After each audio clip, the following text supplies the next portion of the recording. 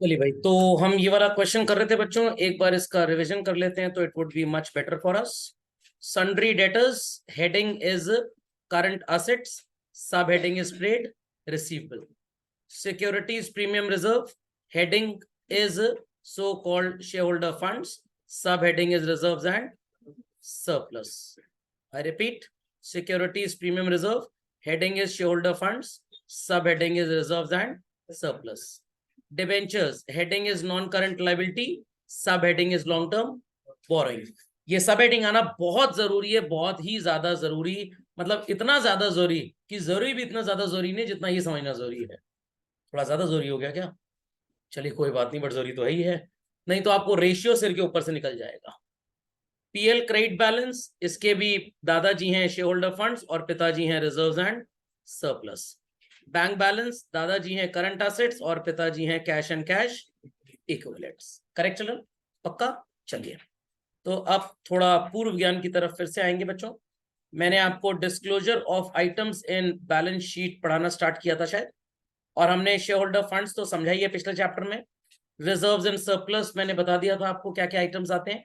Capital reserve, premium और PL, ये तो you have experienced in 3D। Okay, debenture redemption reserve, capital redemption reserve, revaluation reserve, ये तीन आपको लर्न करने पड़ेंगे, जिसमें से रिवैल्यूएशन रिजर्व का एग्जाम में आना नामुमकिन है। डिबेंचर रिडेम्पशन रिजर्व सर क्यों आ सकता है? क्योंकि डिबेंचर का रीपेमेंट करने के लिए अनटिल अनलेस यू हैव गुल्लक फुल ऑफ मनी, आप डिबेंचर होल्डर्स का पैसा वापस नहीं दे सकते। वैसे ही जो आपके रिडीमेबल प्रेफरेंस शेयर्स होते हैं बच्चों, प्रेफरेंस शेयर्स भी इस तरह के होते हैं जिनको आपको रीपे करना पड़ता है। तो उनको जब आपको रीपे करना है उससे पहले आपके पास रिजर्व में सफिशिएंट मनी होना चाहिए। जब मैं आपको रिडेम्पशन ऑफ डिबेंचर्स चैप्टर पढ़ाऊंगा तो मैं डिबेंचर रिडेम्पशन रिजर्व का जिक्र करूंगा। दो it is not in CBSE but ICSE syllabus में है, तो सीयूईटी में तो 101% पूछा जाता है। Money received against share warrant was told children, ये भी बता दिया था। करंट नॉन करंट में ऑपरेटिंग साइकिल बच्चों बहुत इंपॉर्टेंट है, बच्चे बहुत गलती करते हैं, एक बार फिर से बता रहा हूं। मैं एक आर्किटेक्ट हूं, गॉट इट क्लियर। मैंने आपसे एडवांस पैसे ले लिए, आपकी बिल्डिंग में बना रहा हूं, तो भाई आप मेरे क्रेडिटर हो गए। 25 लाख मैंने एडवांस ले लिया, 20 लाख रुपए आपकी बिल्डिंग में रॉ मटेरियल वगैरह का मैं खर्च भी कर चुका हूं। Still how much money I owe you? 5 lakh rupees. When I say still how much money I owe you, you need to answer 5 lakh. When I ask मैंने कितना पैसा आपसे अभी भी लिया हुआ है, तो आंसर 5 लाख होगा। भाषा का प्रकोप, गॉट इट क्लियर। तो आप मेरे लिए करंट लायबिलिटी बन गई। भाई बिल्डिंग है, कोई भजिया पाव भाजी टमाटर टिक्की तो है नहीं जो 10 मिनट में तैयार हो गई। बिल्डिंग बड़ी बिल्डिंग है, मान लीजिए 2-4 फ्लोर की बिल्डिंग है, और इस बिल्डिंग को बनने में कम से कम 17 मंथ से 19 मंथ 20 मंथ का टाइम लगेगा ही लगेगा। तो आप मेरे करंट लायबिलिटी ही रहेंगे, चाहे 12 महीने से ज्यादा के भी क्यों ना हो जाए, क्योंकि nature of activities like this. आप ऐसा समझ लीजिए, मैं एक बिल्डर हूं, तो भाई बिल्डिंग खरीदना बेचना तो मेरा आए दिन का काम है। तो मेरे लिए लैंड खरीदना, अपार्टमेंट खरीदना, बिल्डिंग खरीदना क्या फिक्स एसेट होगा? No, for me it is goods. Showroom के लिए वो वाली कार खरीदना जो डेमो कार होती है, that is non current asset. But जो गाड़ियां बेचने के लिए शोरूम वाला खरीद रहा है वो सब स्टॉक, करंट एसेट, इन्वेंट्री माने जाते हैं। बट आपने अगर अपने ऑफिस के लिए कार्स खरीदी, क्लाइंट्स को एयरपोर्ट से पिक करना, अपने वर्कर्स को घर ड्रॉप करना, तो आपके लिए वो नॉन करंट एसेट है। Got it? तो अगर हमारी बिजनेस एक्टिविटी ही ऐसी है जो 12 महीने से ज्यादा का टाइम लेती है, तो क्या आप उसे नॉन करंट बोल देंगे? तब वो हमेशा करंट ही रहेगी। Understood this? अंडरस्टूड? तो आपके लिए गोल्ड बिस्किट खरीदना is non current asset, investment एक तरह का। बट ज्वेलरी शॉप वाले के लिए गोल्ड बिस्किट खरीदना रॉ मटेरियल की तरह ही माना जाता है बस। Understood this? चलिए, non current liabilities children, I have already told long term borrowings क्या होती हैं बच्चों। डेफर्ड टैक्स लाइबिलिटी कोर्स में नहीं है बट पढ़ लीजिए। कोई भी ऐसा टैक्स जो आपने कलेक्ट तो किया बट गवर्नमेंट को भी पे नहीं किया। Okay, long term provision, washing machine वाला एग्जांपल याद है। कंपनी ने 25,000 रुपए की वॉशिंग मशीन आपको बेची, और कंपनी मान के चल रही है कि अगले 5 साल में अगर डिफेक्ट आया तो हमें 5,000 रुपए आपके ऊपर खर्च करने पड़ेंगे।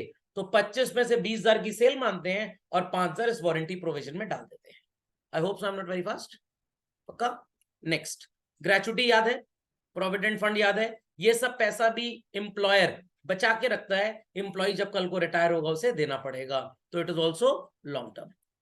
कोई भी ऐसी लाइबिलिटी जो आप कंपनी की ऑपरेटिंग साइकिल के अंदर पे कर दें, अगर 12 महीने के अंदर की है तो दुनिया जानती है वो करंट लाइबिलिटी, बट अगर 12 महीने से ज्यादा की है, बट आपका बिजनेस इस तरह का है कि इससे कम पे वो काम हो ही नहीं सकता, तो चाहे 14 हो चाहे 16 हो, आपको उसे क्या मानना है हमेशा? क्या मानना है? Current liability. नहीं समझ में आ रही बात? पक्का? कंफर्म? चलिए, शॉर्ट टर्म बोरोइंग चिल्ड्रन, कोई भी ऐसा लोन जो आपने बैंक से या किसी और से लिया है जो 1 साल के अंदर आप पे कर देंगे, it is a short term borrowing. Creditors और बिल्स पेबल को जोड़ेंगे तो क्या आएगा बच्चों? Trade payables. डिविडेंड जो आपको पे करना है, बता चुके हैं, ये सब रिपीट करने की जरूरत तो नहीं। पक्का? एक बार मैं interest accrued and due, interest accrued but not due फिर से बताना चाहूंगा। आप हैं स्टेट बैंक ऑफ इंडिया, समझ में आ गया? आपने 20 लाख रुपए का एक मेरा एफडीआर किया, जिसपे रेट ऑफ इंटरेस्ट है बच्चों 8% पर एनम, तो 1 साल का लगभग 1,60,000, 10 साल का इंटरेस्ट मान लेते हैं 16 लाख रुपए, not going deep into compound interest, simple interest रखते हैं। तो 10 साल के बाद आप मेरे को कितना पैसा देंगे? 36 लाख।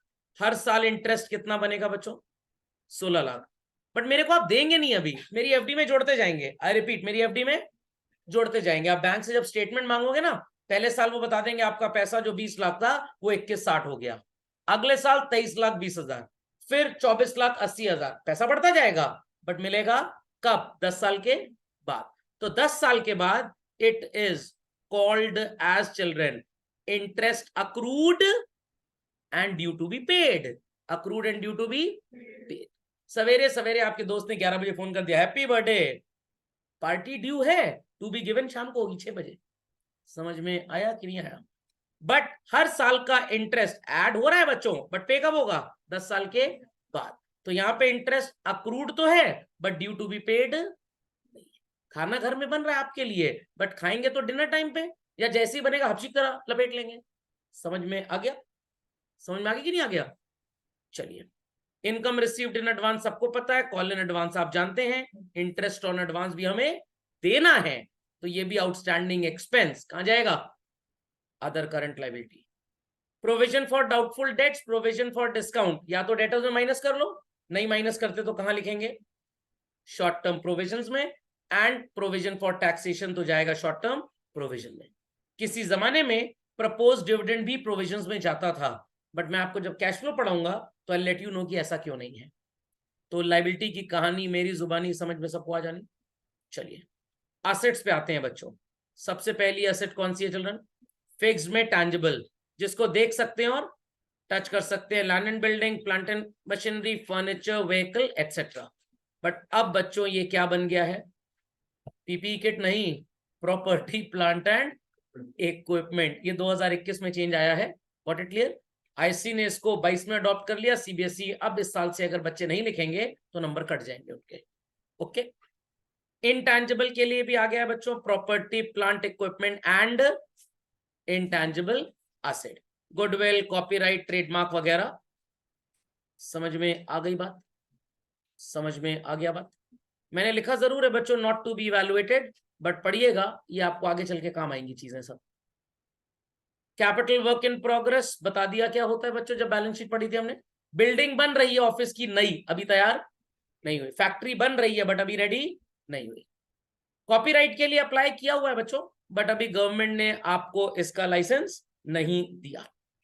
कोई भी ऐसा इन्वेस्टमेंट जो 1 साल से ऊपर का हो children, called as what? Non current investment.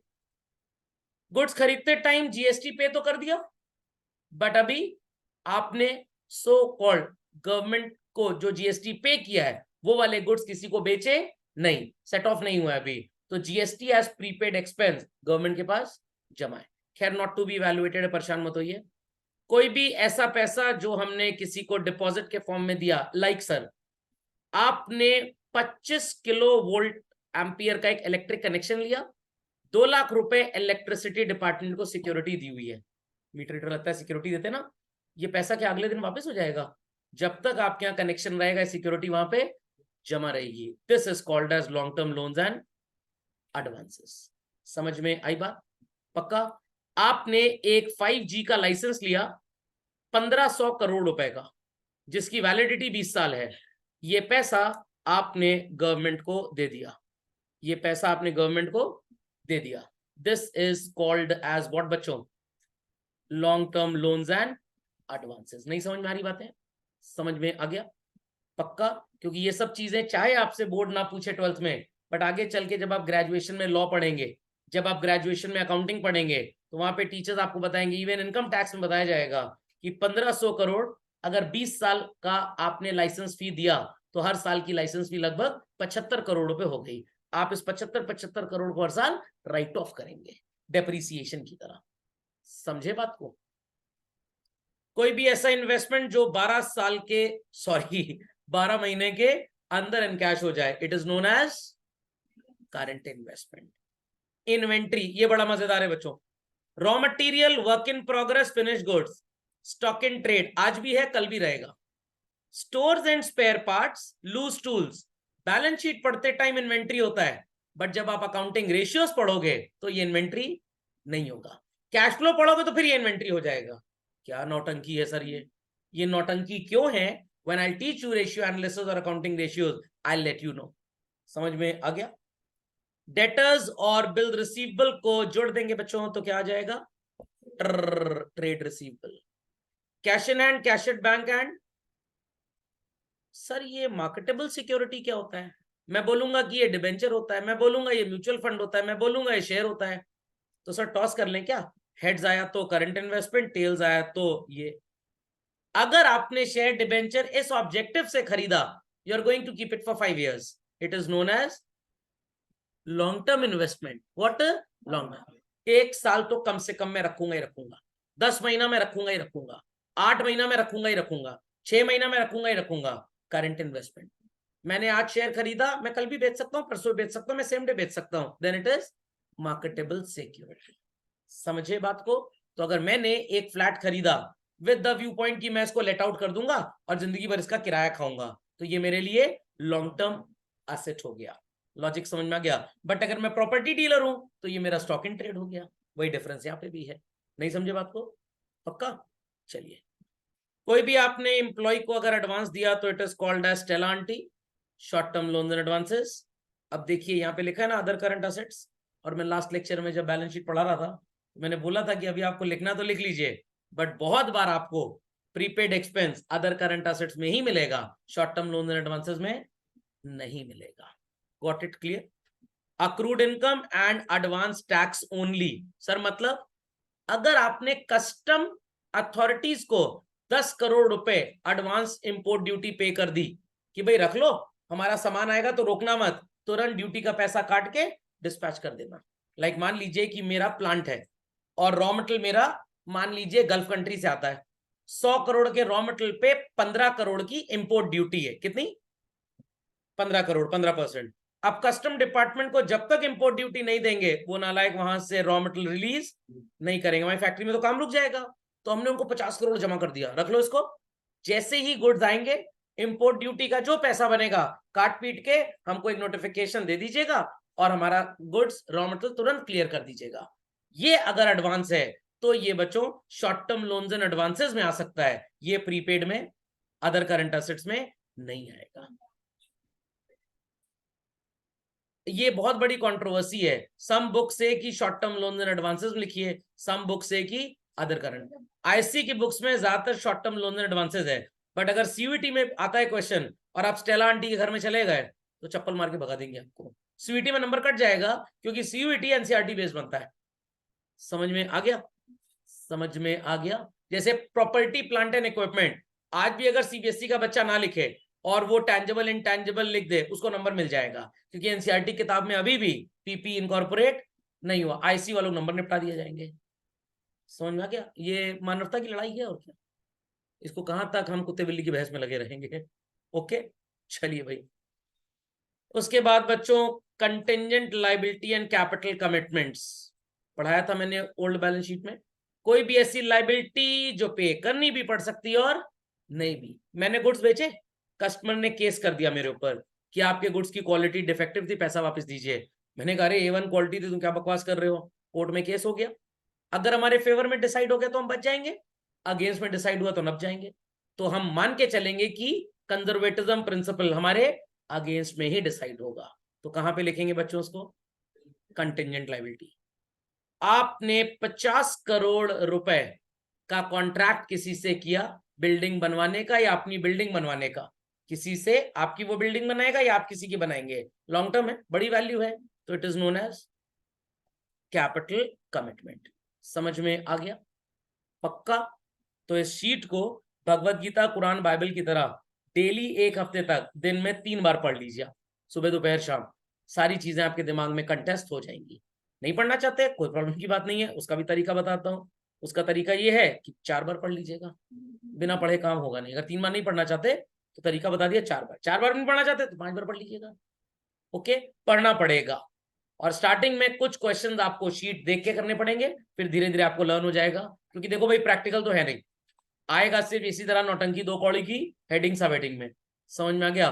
तो फाइनल अकाउंट्स होता है जैसे 11th में पढ़े थे, जहां 4 क्वेश्चन की रट गया आपको, तो तोता बनना ही है। समझ में आ गया? चलिए, रेडी एवरीबॉडी? तो यहां पे लिख दीजिए बच्चों आइटम्स, यहां पे लिख दीजिए हेडिंग्स। अब बच्चे कहेंगे सर वर्कबुक में जो आपने किया उसका क्या करना है? उसको बकरे की तरह काट देना है, सब हेडिंग्स। रेडी? कर लेंगे आंसर? मैं बस एक हिंट दूंगा आपको, और अगली बार से ये काम पहले आपको करना है। डिबेंचर्स क्या होगा बच्चों? ये भी लाइबिलिटी, ये भी लाइबिलिटी, ये भी liability, asset, asset and asset. Sir ये बीच वाला आपको नहीं आता क्या? या तो आप इसे अदर करंट असेट में लिखिए या रिजर्व्स एंड सरप्लस में माइनस कर दीजिए, ज्यादातर चलता ये है।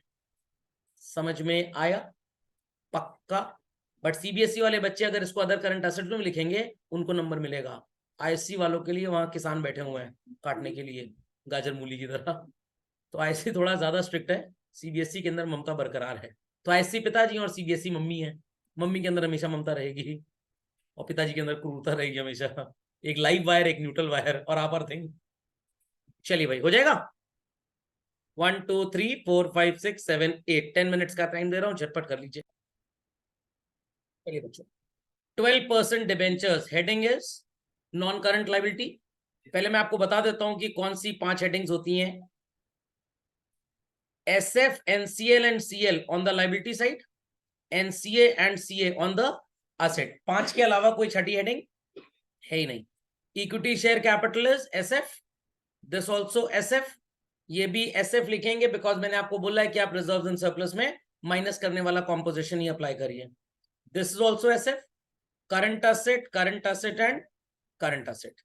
ये आ जाएगा बच्चों लॉन्ग टर्म बोरोइंग्स में। This is share capital, reserves and surplus. यहां पे आप रिजर्व्स एंड सरप्लस और ब्रैकेट में लिख देंगे deducted. Then children, here also reserves and surplus, this is inventory, this is cash and cash equivalents, and this is also cash and cash equivalents. Is it a very great rocket science to understand? पक्का? Done all? सही है। तो बस starting के कुछ questions आप 2-4 बार sheet को अल्टी पल्टी करके देख लीजिए। 90% तो क्लियर रहेगा, सिर्फ 10% में आप फंसेंगे, जो अनयूजुअल आइटम्स हैं जो जल्दी नहीं आते हैं, तो वो भी क्लियर हो जाएंगे, नॉट टू वरी। चलिए, ready with this? So these are the items, then we'll put the headings and subheadings. Ready children? चलिए पहले headings लिख लेते हैं। प्रीलिमिनरी एक्सपेंसेस कहां पे अपीयर करेगा? करंट असेट, ना ना ना, बताया ना आपको मैंने, शोल्डर फंड, वो डिडक्शन वाला ही याद रखिएगा। Patent, non current asset. Debentures children, non current liability. Loose tools, current asset. Closing stock,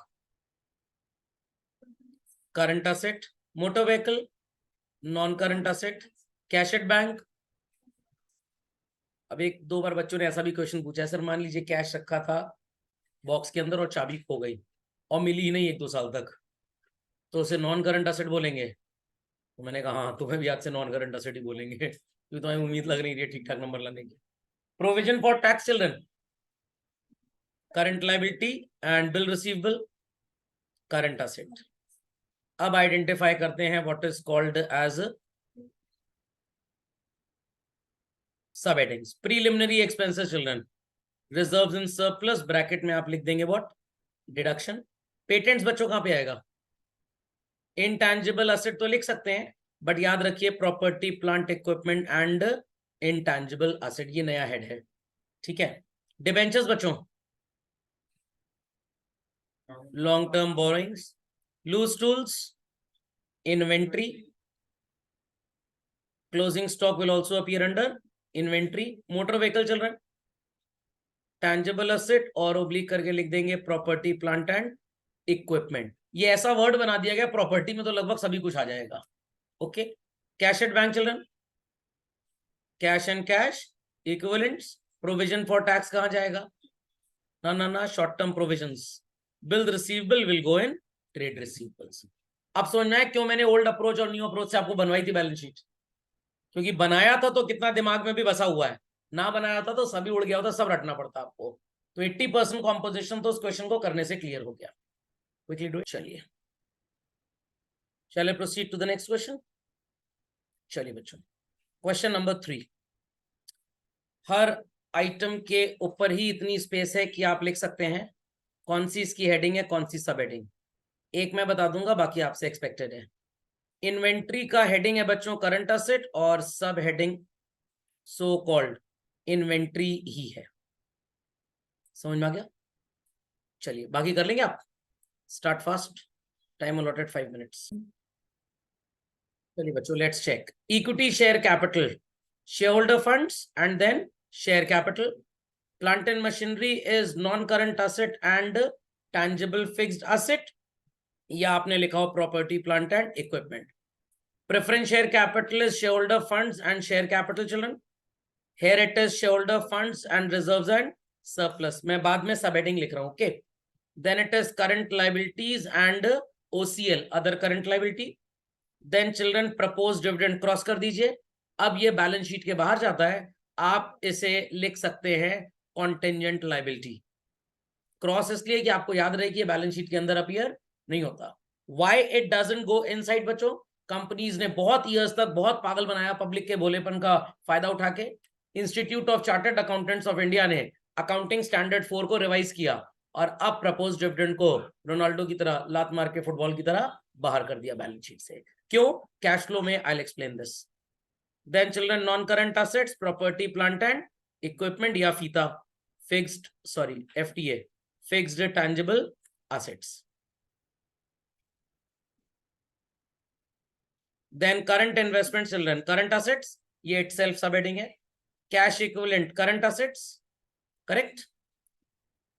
then children, short term loan from लिखा है बच्चों, व्हाट फ्रॉम, ये हमारी एक सब्सिडरी कंपनी, हमने इससे लोन ले लिया, तो ये करंट लायबिलिटी में शॉर्ट टर्म बोरोइंग्स में जाएगा।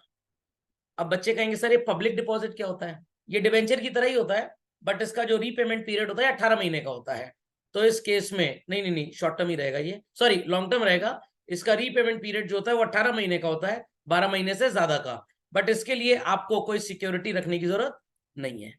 नॉन करंट लायबिलिटी में बच्चों long term borrowings, correct correct. चलिए क्वेश्चन नंबर 4 विजिबल चिल्ड्रन। 4, 5 हम अभी करेंगे बच्चों। 6th ऑनवर्ड्स आपको सेम क्वेश्चंस मिलेंगे जो ऑलरेडी हमने सॉल्व किए थे जब शेयर चैप्टर पढ़ा था। याद है बैलेंस शीट बनाते थे, notes to account, share capital का रिमेम्बरिंग। तो ये क्वेश्चन नंबर 6, 7, 8, 9 एंड 10 चिल्ड्रन, ये सेम वही क्वेश्चंस हैं जो आपने ऑलरेडी किए हुए हैं। समझ में आ गया? पक्का? तो और टीएसजी से क्वेश्चन नंबर 49 कर लीजिएगा आप एक यहीं पे, ठीक। तो ये भी जो 4 क्वेश्चन हैं 6, 7, 8, 9, 10 जो भी हैं 11 तक, 10 तक सॉरी, इनको एक बार यहाँ पे फिर से कर लेंगे। छाप मत लीजिएगा वहां से, बैलेंस शीट बनानी सिखाई थी ना शेयर कैपिटल में, डिट्टो सेम है बच्चों। चलिए let's complete this fast. Question number 4 oblique करके लिखते जाइए हेडिंग्स एंड सब हेडिंग्स, हो जाएगा। चलिए very quickly, time allotted 2 minutes only. एक बच्चों, current assets and this will go under inventory, shareholder funds, share capital, non-current asset, property, plant and equipment or fixed tangible asset. Same children, shareholder funds and share capital, shareholder funds and reserves and surplus, current liability में trade payables, current liability short term provisions, non current asset में बच्चों property plant equipment, और you must have written it under fixed tangible assets. Non current assets में non current investments में ही जाएगा ये। Cash at bank children, current assets में cash and cash equivalents, current liability में trade payables, and children non current liability में long term borrowings. ध्यान से सुनिएगा मेरी बात, अगर यहाँ पे लिखा होता रीपेबल इन करंट ईयर, रीपेबल इन करंट ईयर, तब आप इसे क्या मानते? तब कौन सी लाइबिलिटी होती है? तब ये करंट लाइबिलिटी हो जाती। ऐसा कभी कभी आएगा, लिख के गड़बड़ी मत करिएगा। ओके, चलिए क्वेश्चन नंबर 4 नजर आ रहा है, सॉरी 5 नजर आ रहा है। Very quickly do it, 2 minutes time. Building children, non current asset में आएगा प्रॉपर्टी प्लांट एंड इक्विपमेंट या fix tangible asset. Then children ये नॉन करंट एसेट में नॉन करंट इन्वेस्टमेंट के अंतर्गत आ जाएगा। देन चिल्ड्रन ये करंट एसेट में इन्वेंट्री होगा, बट जब आप अकाउंटिंग रेशियोज पढ़ेंगे तो मैं आपको बोलूंगा ये बकवास है। Then children statement of PL debit, shareholder funds में आप रिजर्व्स एंड सरप्लस में से माइनस कर देंगे। Then children shareholder funds में शेयर कैपिटल में आ जाएगा ये। देन शेयर होल्डर फंड्स में रिजर्व्स एंड सरप्लस। होता क्या, मैंने आपको बता दिया, फिर से बताता हूं। प्रेफरेंस शेयर्स का रीपेमेंट करने से पहले how strong the company is financially, उसे ये बात साबित करनी पड़ेगी। तो उसके लिए हमको अपने प्रॉफिट में से कुछ पैसा अलग बचा के रखना पड़ेगा, और उस अकाउंट का नाम होगा capital redemption reserve. Debentures children, non current liability में long term borrowings. Unpaid dividend current liability में बच्चों अदर करंट लाइबिलिटी। सर ये क्या होता है? शेयर ऑप्शंस आउटस्टैंडिंग अकाउंट, ये जाता है बच्चों कंटिंजेंट लाइबिलिटी में। आपको ये पैसा देना भी पड़ सकता है और नहीं भी देना पड़ सकता। Got it? एग्जैक्टली ये क्या होता है? You have entered into a contract, अगर प्रॉफिटेबल होगा, बेनिफिशियल होगा तो आप शेयर खरीदेंगे, वरना नहीं खरीदेंगे। तो आप पैसा दे भी सकते हो और नहीं भी दे सकते। Got it clear? अगर आपको इसके बारे में ज्यादा ज्ञान चाहिए तो आप मेरा बैलेंस ऑफ पेमेंट का, इंटरनेशनल ट्रेड का, फॉरेन एक्सचेंज का, गॉट इट क्लियर, एक वीडियो देख सकते हैं जिसपे मैंने ये फॉरेक्स की ट्रेडिंग के बारे में समझाया था, उसमें ये टॉपिक आपको मिल जाएगा। ठीक, चलिए mark the homework children. TSG वाले सेट से आपको क्वेश्चन नंबर 1 नजर आएगा बच्चों, गोपाल लिमिटेड वाला। ये क्वेश्चन ऑलरेडी हम टीएसजी में पहले कर चुके हैं, बट आप फिर से करेंगे क्योंकि अब ये बैलेंस शीट के नाम पे आपको सॉल्व करना है। क्वेश्चन नंबर 1 2 3 4 ये वहीं से लिए गए हैं क्वेश्चंस। 1 2 3 4 मिल गए आंसर चिल्ड्रन? हाँ टीएसजी, ये बुकलेट मैंने आपको साथ में दे दी, इसमें फिर से है ये फोटो स्टेट, डोंट वरी। फिर उसके बाद ये डीकेजी में विकास लिमिटेड वाला क्वेश्चन नंबर 1 2 3 4, और उसके बाद बच्चों ये Sun Pharma limited 69 and 70। These are the same questions that were there in that booklet as well. उसके बाद आपको इस चैप्टर के क्वेश्चंस मिलेंगे बच्चों। प्रैक्टिकल क्वेश्चंस पे आप आ जाइए, नजर आया? हाँ टीएसजी में ये जो क्वेश्चन नंबर 1 है बच्चों, यहाँ पे आपको ये बोल रहे हैं कि आप नोट्स टू अकाउंट्स बनाइए so called reserves and surplus का। मैंने आपको पूरा क्वेश्चन जब करवाया था तो बनवाया था ना, वैसे ही आपको बनाना है। दो neither this would be asked in CBSE nor ISC, but जब आप खुद से बनाएंगे तो आपके दिमाग में चीजें कंठस्थ हो जाएंगी। जब खाना खुद से बनाते हैं तो पता चल जाता है कि कितना ऐड नमक करना है। गाड़ी खुद चलाते हैं तो रास्ते का अंदाजा लग जाता है, सवारी की तरह बैठे रहेंगे तो अंदाजा नहीं लगेगा। क्वेश्चन नंबर 1 2 3 मिल गया चिल्ड्रन? मिल गया एवरीबडी? एवरीबडी ये पूरा आप सो कॉल्ड 13 14 इन क्वेश्चंस को करना कैसे है? आइटम तो लिखे हुए हैं, इसी के आगे ओब्लिक करके हेडिंग सब हेडिंग सबकी लिख डालिएगा, कॉपी का पन्ना बर्बाद मत करिएगा। और ये जो वैल्यू वाले क्वेश्चंस हैं, ट्रायल बैलेंस इसमें बना है, इसमें भी आप यही काम करिएगा। आपको कोई बैलेंस शीट रियलिटी में नहीं बनानी, सब में हेडिंग सब हेडिंग ही आइडेंटिफाई करना है, क्योंकि एग्जाम में यही आता है, बैलेंस शीट बनाने को अब नहीं आती है। ओके, ये सारे क्वेश्चंस आप कर लेंगे टिल क्वेश्चन नंबर, मैक्सिमम के तो आंसर्स भी दिए हैं, बट सी टू इट कि आप आंसर देख के ना छापें, नहीं तो आप रेशियो में निपट जाएंगे कायदे से। Okay, accounting ratio.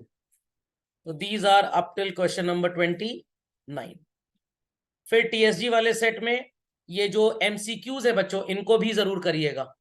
ओके, दोनों सेट में है ये। टीएसजी वाले सेट में बच्चों एक्सरसाइज से स्टार्ट हो रहा है, क्वेश्चन नंबर 1 से लेकर टिल आपको ये मिलेंगे 42 तक। अब देखिए 35 से लेकर 42 तक जो है ये आपको स्टेटमेंट ऑफ पीएल के हैं। ये तो एकदम ही सिलेबस के बाहर है, बैलेंस शीट ही कोर्स में है, स्टेटमेंट ऑफ पीएल तो कोर्स में नहीं है। बट जब आप इनको पढ़ेंगे प्रॉफिटेबिलिटी रेशियोज में आपको काफी हेल्प मिलेगी। तो बस कहने का मतलब यही है, when you drive the vehicle on your own then only you understand how where we have to go. बैठे रहेंगे तो रास्ता नहीं समझ में आता, जब खुद किचन में खाना बनाएंगे तो टेस्ट का अंदाजा बेटर रहेगा। 42 तक पूरे करने हैं, गॉट इट। इन्हीं क्वेश्चंस को करवाने के लिए मैंने आपको पूरा बैलेंस शीट बनवाया था। समझ में आ गई बात? जहां पे भी फंसे सॉल्व्ड क्वेश्चन जो हमने किया था उसको देख लें, और जो नोट्स में लिखा हुआ उसको देख लें, और कुछ आपको देखने की जरूरत नहीं पड़ेगी।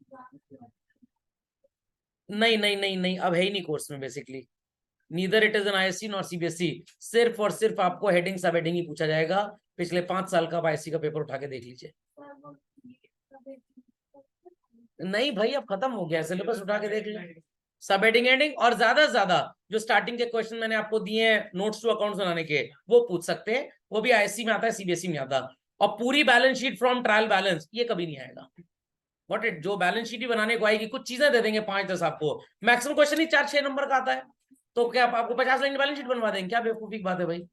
बर्थडे पार्टी में बुलवाया है और आप कह रहे हैं हमको फुल कोर्स मील चाहिए, 25 पकवान हो वहां पे, क्या पागलपंती की बात है।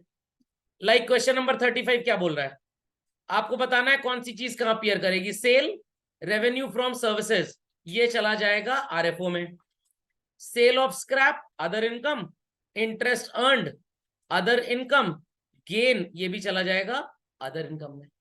ठीक, अब जब इसकी वैल्यू ही नहीं है तो क्या फॉर्मेट बना के अमाउंट कॉलम में नाचेंगे?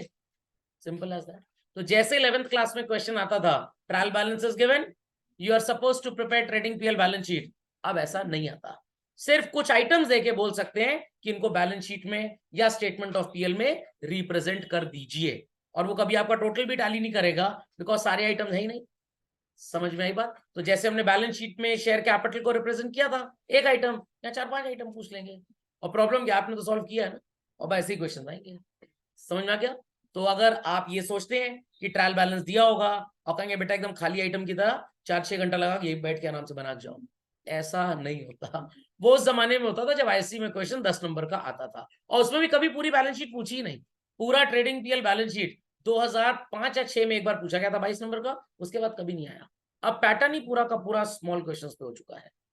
ओके, चलिए, तो इसी के साथ हमारा ये चैप्टर होता है संपूर्णतः समाप्त।